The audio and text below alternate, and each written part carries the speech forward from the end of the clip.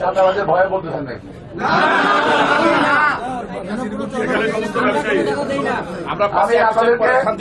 আমি আপনাদেরকে একজন ব্যবসায়ী বলেছেন 5ই আগস্টের পরে শান্তিতে আছেন, আপনারা শান্তিতে থাকেন, এটাই চাই। আপনারা জানেন আমার অবস্থান বরাবরই চাঁদাবাজের বিরুদ্ধে, সন্ত্রাসের বিরুদ্ধে, মাদক ব্যবসায়ীর বিরুদ্ধে। এটা নতুন কোন বিষয় না, কিন্তু বিদেশ থেকে কিছু লোক আমার বিরুদ্ধে এবং এই দেশে তাদের কিছু এজেন্ট আমার বিরুদ্ধে এমন ভাবে লেগেছে যেমন আমার পুরো শরীরটাই গড়ে উঠেছে চাঁদাবাজির উপরে। কখনোই না একটি কথা, এই দেশের মানুষ, ঢাকার মানুষ বিশ্বাস করবে না। ঢাকার রাজনীতিতে আমি আজ থেকে না ৭৭ সাল থেকে আমি আছি, একটা লোক কোন কথা আমার সম্পর্কে বলতে পারবে না ইনশাল্লাহ। আমার সময়ে এই গুলিস্তান এলাকায় বহু মার্কেট হয়েছে, এখানে আমার একটি দোকান আছে, কেউ বলতে পারবেন না। আমার পরিবারের একটি দোকান আছে, কেউ বলতে পারবেন না। পূর্বাঞ্চলে একটি শহর আমি গড়ে তুলেছি, আমি মির্জা আব্বাস একটি শহর গড়ে তুলেছি আমি। সেই শহরে আমি এবং আমার পরিবারের একটি দোকান নাই, গুলশানের মতো জায়গায় আমি মেয়র ছিলাম, ওয়াশনেসে ছিলাম। গুলশানের মতো জায়গায় আমার কোন প্লট কিংবা বাড়িঘর নাই।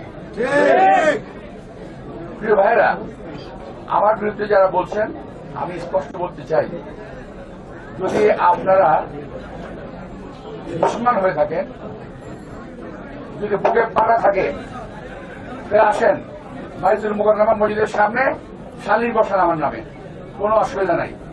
আমার বুকের কলিজা আছে, সাহস আছে। আসি ধীরে ধীরে নিজেকে রাজনীতিতে প্রতিষ্ঠিত করার চেষ্টা করি, জনগণের ভালোবাসা নেওয়ার চেষ্টা করি, জনগণের খেদমত করার চেষ্টা করি। পরবর্তী 1991 সালে আমি আবার এমপি নির্বাচিত করি। ভাইয়েরা, আমার এই ছেলেমেয়েরা যা শুরু করেছে, তারা রাত্রি হঠাৎ করে নেতা হয়ে গেছে। এখন অল্প পানির মাছ বেশি পানিতে পড়ে যেরকম করে, এটা অবস্থা তেমন হয়ে গেছে, দিশেহারা হয়ে গেছে। এরা আমাদের নেতা তাদের সমস্যার সম্পর্কে কথাবার্তা বলা শুরু করেছে, যেটা তাদের মুখে মানায় না। তারা আমার বিরুদ্ধে কথা বলা শুরু করেছে, যেটা তাদের মুখে মানায় না। তাদের বাচ্চারা যদি পলিটিক্স করতো, যে আমার সম্পর্কে বলতো, আমি আপত্তি করতাম না। কিন্তু একটা কথা বলে, ছোট মুখে বড় কথা, এরা ছোট মুখে বড় কথা বলছে।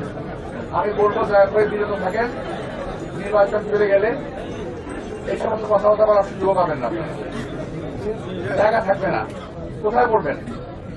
আর একটা কথা বলি, জনগণ বুঝে ফেলেছে, জনগণ জানে ফুলার মুখ থেকে ছাই বের হয়, ফুলার মুখ থেকে কখন সোনা বের হয় না। আমি আবার বলছি, ফুলার মুখ থেকে ছাই বের হয়, কখনো সোনা বের হয় না। আর সোনার কড়ি থেকে কখনো ছাই বের হয় না। আমরা ভেবেছিলাম, যাকে আশা করেছিল যে আপনারা দেশের জন্য ভালো কিছু করবেন।